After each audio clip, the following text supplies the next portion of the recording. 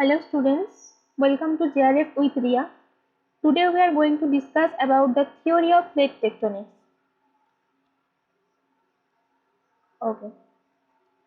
Plate tectonic theory, a significant scientific advancement of the decade of 1960s, is based on two major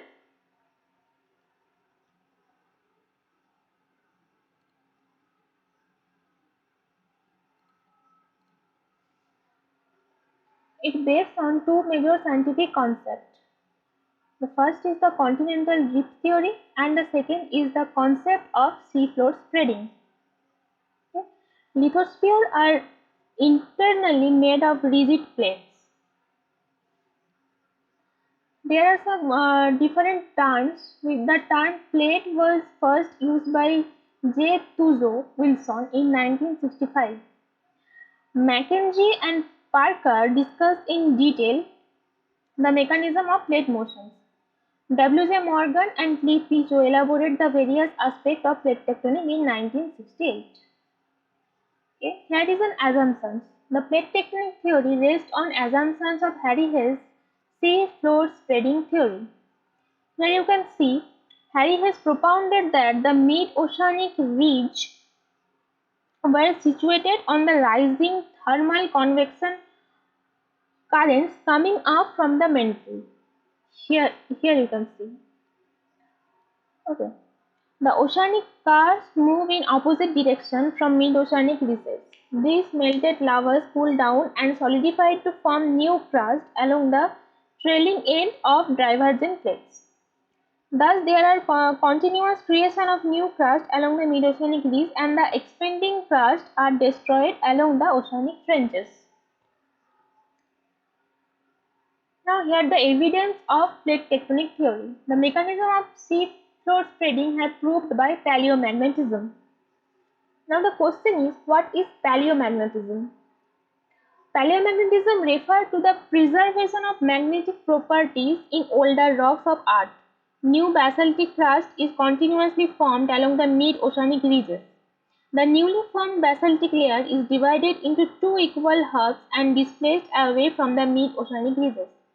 Alternative strips of positive and negative magnetic anomalies are found on either side of the mid-oceanic ridge.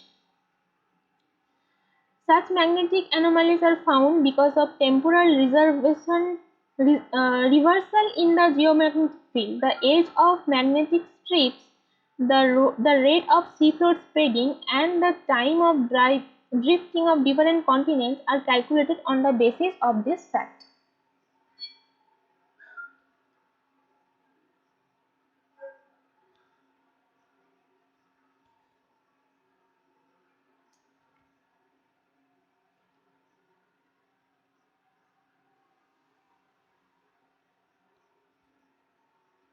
Now came on to the plate margins.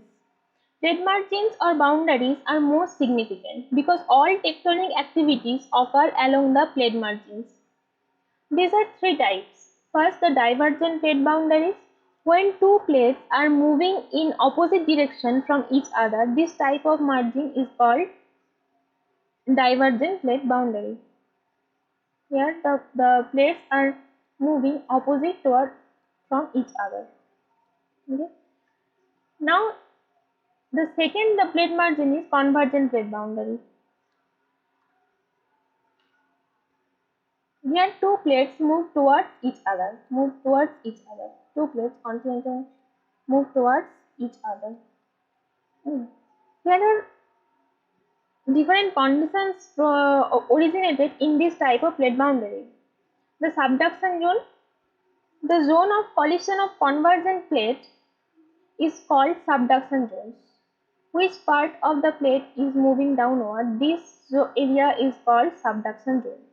And the abduction zone is the opposite of subduction zone.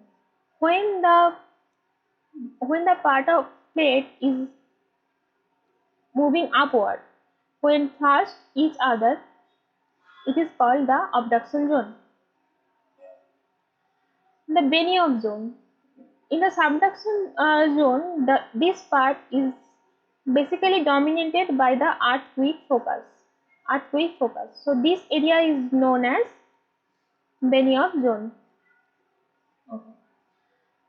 The third plate boundary is known as transform plate boundary, where two plates pass or slide past each other among transform fault.